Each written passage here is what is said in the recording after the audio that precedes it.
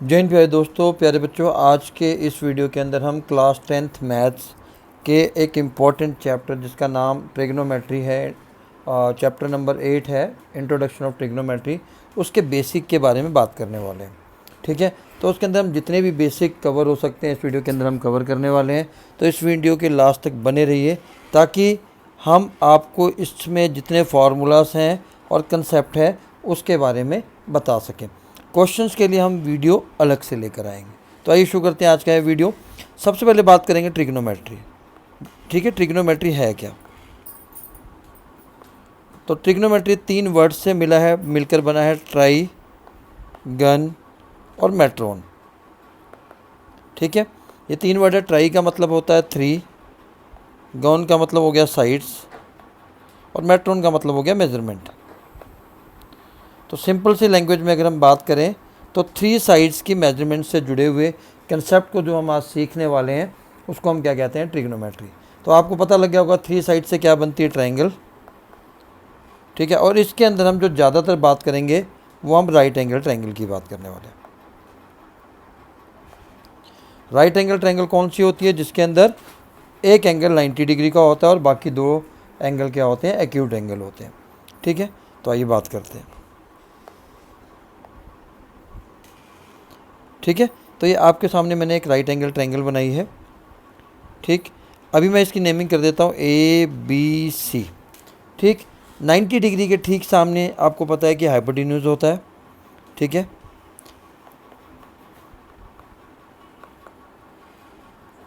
और हाइपोटेन्यूज ही longest side होती है ट्रायंगल की।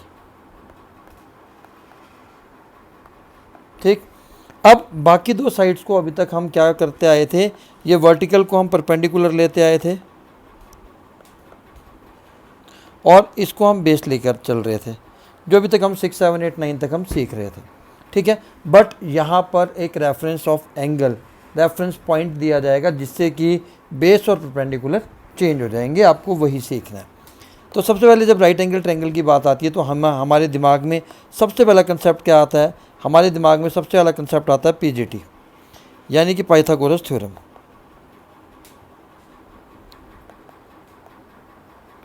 पाइथागोरस थ्योरम की स्टेटमेंट क्या है? Square of the longest side is equal to the square and sum of other 2 sides. कहने का मतलब क्या है? हाइपोटेन्यूज, बेस और परपेंडिकुलर।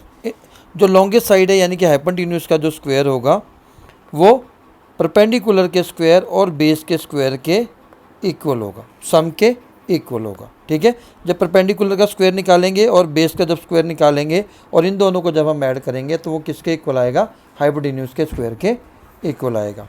तो जहाँ पर भी आपको 2 साइडें गिवन हो, इधर हाइपोटेन्यूज गिवन हो, बेस गिवन हो, ठीक है, तो परपेंडिकुलर हम इस फॉर्मूले से निकाल सकते हैं।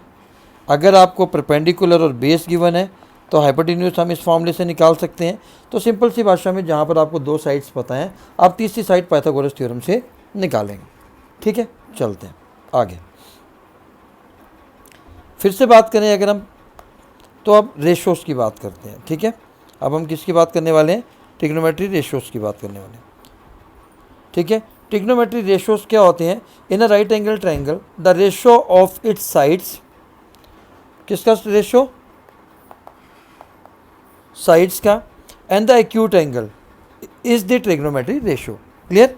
तो अब हमें वो रेशोस पता होने चाहिए, निकलते कैसे हैं। रेशो से पहले हमें रेफरेंस पॉइंट पता होना चाहिए कि रेफरेंस पॉइंट क्या है। ठीक है, फॉर एन एग्जाम्पल ABC। ठीक है, अगर मेरा एंगल C पर बनता है तो मेरा रेफरेंस पॉइंट हो जाएगा C, यानी कि मेरे को एंगल निकालना है तो वो C के अकॉर्डिंग निकलेगा। ठीक है, तो जब एंगल C पर बनेगा तो इसको हम बेस लेंगे BC को। ठीक, और अगर वही एंगल A पर बन जाता है तो हमारा बेस चेंज होकर हो जाएगा AB। तो अब हमारा बेस किस पे डिपेंड करेगा? रेफरेंस एंगल पर, रेफरेंस पॉइंट पर। ठीक है, अगर A पर बना आपने देखा तो बेस हमारा बन गया AB, और अगर हमारा एंगल C पर बन रहा था तो हमारा बेस बना BC। तो इसको आप याद कर सकते हो। उसके लिए एक ट्रिक है, PUNA। ठीक है। और दूसरा है BATA। पहला जो मैंने पॉइंट लिखा है उसका हमारा क्या फार्मूला था, परपेंडिकुलर नेवर टचेस एंगल। मैं इस साइड लिख देता हूँ, परपेंडिकुलर नेवर टचेस एंगल, ठीक है। तो परपेंडिकुलर का PUNT और A, perpendicular never touches angle. और बाटा का क्या है, बेस ऑलवेज टच एंगल, ठीक है। तो आपको ये याद रखना है। और सिंपल सी चीज़ है, सिंपल सी लैंग्वेज में इसको अगर आपने समझना हो, 90 डिग्री के साथ और एंगल के साथ जो कॉमन साइड होगी वो हमेशा क्या होगा, बेस होगा। और इसको हम एडजेसेंट भी कहते हैं, ठीक है।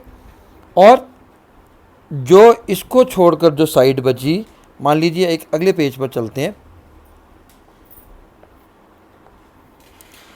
एडजेसेंट साइड आपने किसको लेनी है, ठीक है। मान लीजिए ए पर 90 डिग्री बन रहा है, ठीक है। तो एडजेसेंट साइड हमारी बेस होगी। तो ये एडजेसेंट साइड हो गया, ये हाइपोटेन्यूज हो गया, और ये हमारा ऑपोजिट साइड हो जाएगा, ठीक है, जिसको हम परपेंडिकुलर कहते हैं, ठीक।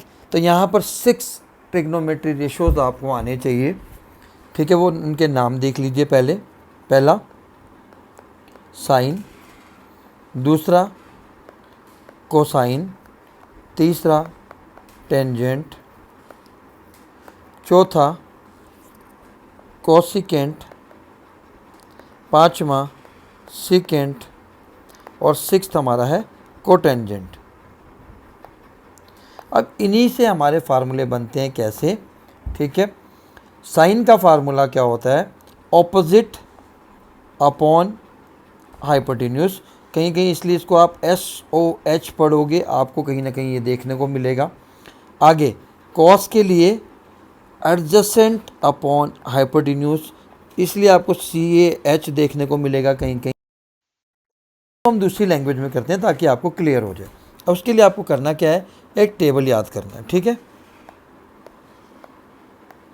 ट्रिक है, आपको ये याद करनी पड़ेगी। पंडित, बद्री, प्रसाद, हर हर, बोले या भोले, जो भी आपको याद करना है, और सोना चांदी तोले। अब इसी से मैं एक नीचे और टेबल बनाता हूँ जो ट्रिक है हमारी, ठीक है।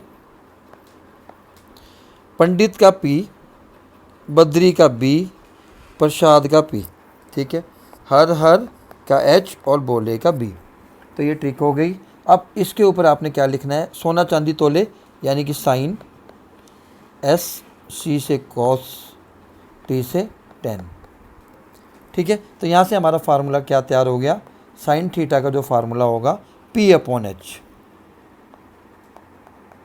यानी कि यहाँ पर जो P है it stands for perpendicular, B stand for base, और H स्टैंड फॉर हाइपोटेन्यूज, ठीक है। साइन थीटा का फार्मूला हो गया P/H। एक चीज़ और आपने याद रखनी है कि साइन का इन्वर्स रेशो कौन सा होता है, कॉसिकेंट, ठीक है। तो साइन के ठीक नीचे आपने लिखना है कॉसिकेंट थीटा। कॉस का इन्वर्स होता है सेकेंट, तो सेकेंट थीटा। टेन का इन्वर्स होता है कॉट। अब यहीं से आपका फार्मूला आसान हो गया। कैसे, देखिए,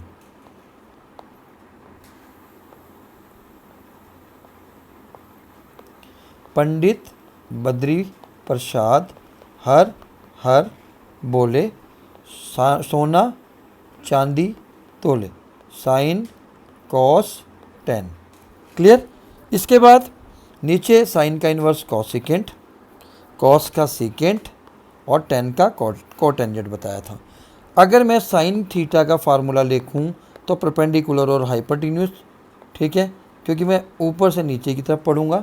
और अगर मैं वही कॉसिकेंट थीटा का देखूं तो मैं नीचे से ऊपर की तरफ पढ़ूंगा, यानी कि H/P, क्योंकि मैंने आपको बताया था साइन थीटा क्या होता है, कॉसिकेंट थीटा का इन्वर्स होता है, या कॉसिकेंट थीटा साइन थीटा का इन्वर्स होता है। तो अगर आपको साइन की वैल्यू पी अपॉन एच पता है तो कॉसेकेंट की वैल्यू उसका रिवर्स होगा। ठीक है, सिमिलरली दूसरे पे आ जाइए, कॉस की बात करें, कॉस थीटा का फार्मूला बी अपॉन एच है, तो सीकेंड का हम नीचे से ऊपर की तरफ पढ़ेंगे H upon B. Tan theta की बात करें तो पी अपॉन बी है, पर कॉट की बात करें तो नीचे से ऊपर पढ़ेंगे बी अपॉन पी। ठीक है, यहाँ तक क्लियर हो गया। अब जो मैं आपको एडजेसेंट वाली बात बता रहा था वो भी हम क्लियर कर लेते हैं, क्या था। ठीक है, 90 डिग्री के ठीक सामने जो लॉन्गेस्ट साइड है हमेशा हाइपोटेन्यूज, इसके लिए एच ही लिखा जाएगा।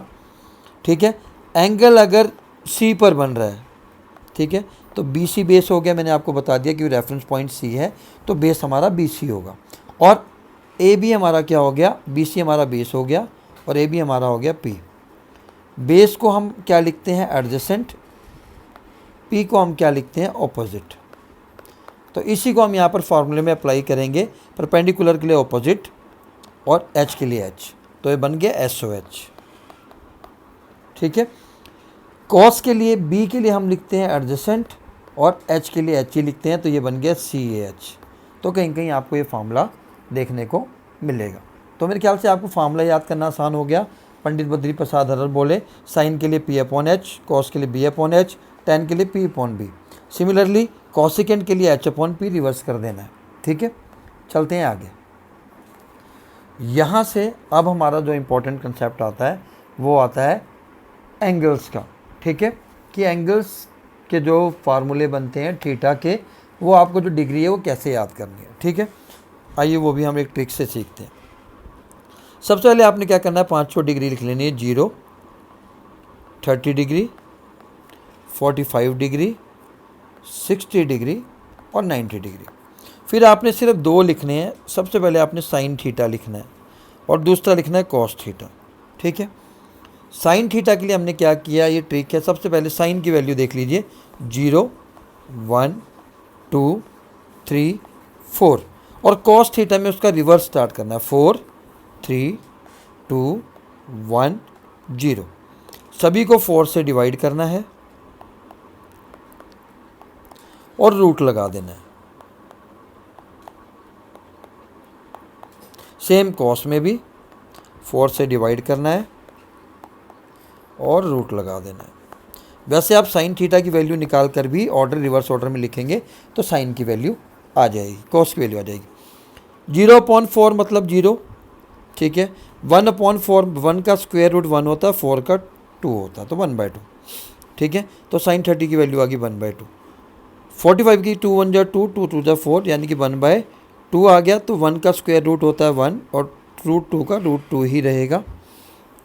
रूट 3 का स्क्वायर रूट होता है रूट 3, 4 का होता है 2, तो रूट 3/2। 4 से 4 कैंसिल हो गया, 1 का स्क्वायर रूट क्या आता है 1। तो वैल्यू को अगर मैं सही तरह लिखूं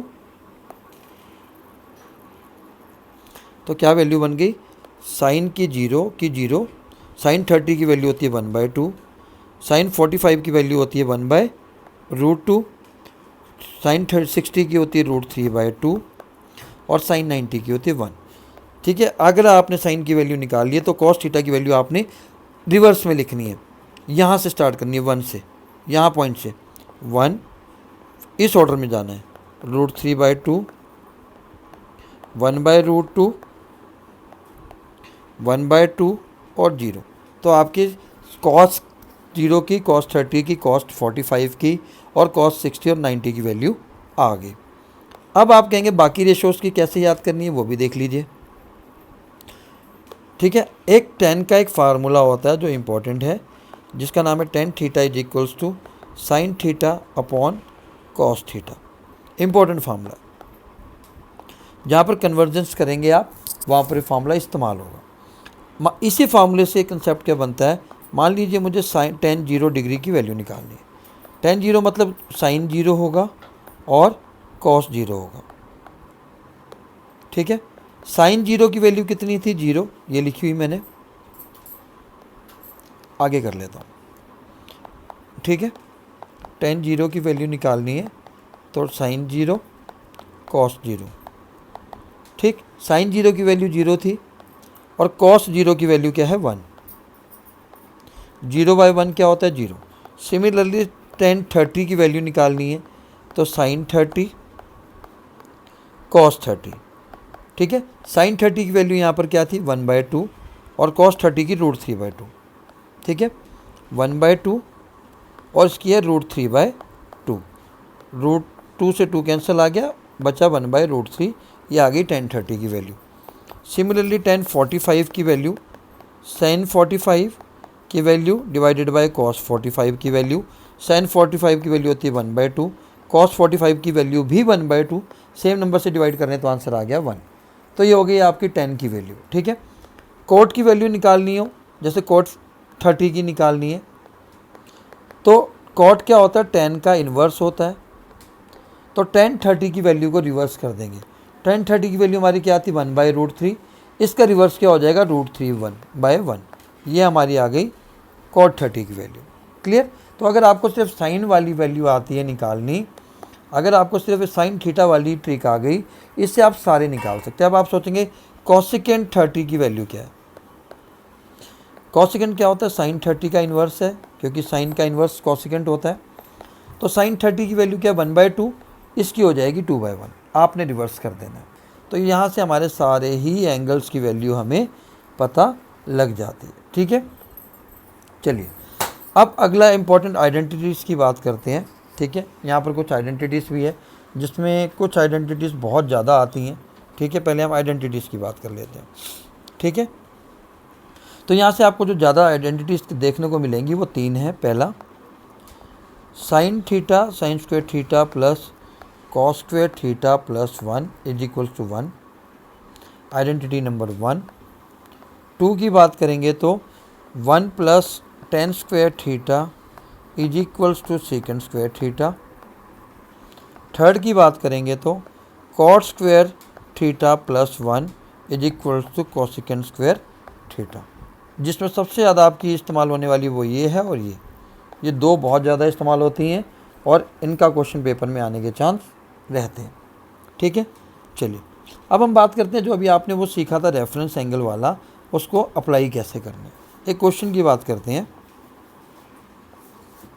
ऐसे क्वेश्चन गिवन है, ठीक है, A B C, ठीक है। यहाँ पर ये आपको दिया है 13 सेंटीमीटर, ये दिया है 12 सेंटीमीटर और हमें निकालने के लिए बोला है साइन C की वैल्यू निकालना है, ठीक है। साइन C की वैल्यू निकालने के लिए हमारा यानी कि एंगल बन रहा है C पर, तो हमारा बेस हो जाएगा BC। बेस अगर ये बेस है तो ऑब्वियसली ये वाला हमारा हो गया परपेंडिकुलर और 90 डिग्री के ठीक सामने हमारा होता है H। तो जब भी दो साइड गिवन हो आपको तीसरी निकालनी है यूजिंग पाइथागोरस थ्योरम PGT, यानी कि हाइपोटेन्यूज का स्क्वायर, परपेंडिकुलर का स्क्वायर प्लस बेस का स्क्वायर, ठीक है। हाइपोटेन्यूज हमारे पास है 13 का स्क्वायर, परपेंडिकुलर हमारे पास 12 है, बेस हमारे पास नहीं पता है तो बेस ही लिखेंगे। 13 का स्क्वायर हो गया 169, 12 का स्क्वायर हो गया 144, बेस स्क्वायर 144 को इस साइड लाकर माइनस कर देंगे is equals to base square is equals to 25, square हटाएंगे तो स्क्वायर रूट लग जाएगा, बेस की वैल्यू आ गई 5, तो 5 सेंटीमीटर हमारा बेस आ गया। क्योंकि हमें पहले तीनों साइड पता होनी चाहिए, उसके बाद हम रेशोस निकाल सकते हैं, ठीक है। अब बात करते हैं साइन C की। अभी हमने जब वो फार्मूला ट्रिक याद की थी, पंडित बद्री प्रसाद हर हर भोले सोना चांदी तोले, साइन का फार्मूला क्या था परपेंडिकुलर अपॉन हाइपोटेन्यूज। तो मैंने यहाँ से लिखा परपेंडिकुलर हाइपोटेन्यूज। परपेंडिकुलर की वैल्यू हमारे पास क्या है 12, सॉरी, ठीक है, और हाइपोटेन्यूज हमारे पास कितना है 13, तो साइन C की वैल्यू हो गई 12/13। एक चीज़ और आपको बताना चाहूँगा, जनरली हम क्या करते हैं, कहीं कहीं मान लीजिए हमें साइन C गिवन है 12/13, अगले पेज पे कर लेते हैं। हमने वैल्यू निकाली 12/13 और हमें पता है कि ये P/H होता है। हम क्या करेंगे जनरली P की वैल्यू 12 ले लेते हैं क्योंकि हमें पता है, और H की वैल्यू 13 ले लेते हैं। पर आपने क्या करना है, इसके साथ के ज़रूर लगाना है। के इसलिए लगाना है क्योंकि रेशो की जो वैल्यू होती है वो मे और may not be equal to exact value of P, H और बी। ठीक है, जो रेशो में आप वैल्यू देख रहे हैं पी, हमें पता है कि पी की वैल्यू 12 है, पर ये लिखा जाता है कि इसकी वैल्यू ज़रूरी नहीं है कि वो 12 के इक्वल ही हो, तो आपने इनके साथ के ज़रूर लगाना है। ठीक है, चलिए अब मैंने साइन सी पूछा, अब मैं यहाँ से पूछ लेता हूँ एक चीज़ और। अब मैं साइन सी की ना पूछकर साइन ए की वैल्यू पूछ लेता हूँ। ठीक है, अब मेरा क्या क्या चेंज आएगा आप वो देख लीजिए। मेरा रेफरेंस एंगल अब चेंज हो गया, अब वो रेफरेंस एंगल आ गया ए पर। ए पर आने से ये कॉमन हो गई 90 डिग्री और एंगल के साथ वाली, तो ये हमारा बन गया बेस, ये बन गया परपेंडिकुलर। बेस और परपेंडिकुलर चेंज होने से आंसर चेंज हो जाएगा। ठीक है, क्योंकि हमारा फार्मूला होता है परपेंडिकुलर अपॉन हाइट। पहले परपेंडिकुलर हमारा क्या था 12, अभी परपेंडिकुलर क्या है 5, तो 5/13 आ जाएगा। ठीक है, तो ऐसे करके ये क्वेश्चन चलते रहते हैं। तो आशा करता हूँ कि आपको ये वीडियो पसंद आया होगा। ये पार्ट 1 है, इसके बाद हम पार्ट 2 में और क्वेश्चंस लाने वाले हैं। एक सिंपल वीडियो था बेसिक्स के ऊपर, तो आप अपना बेसिक स्ट्रॉन्ग कर लीजिए ताकि पेपर में आपकी कोई भी कमी ना रह जाए। तो आज के लिए इतना ही, फिर मिलते हैं नेक्स्ट वीडियो में नेक्स्ट इंपॉर्टेंट टॉपिक के और फॉर्मूले के साथ। जय हिंद, जय भारत।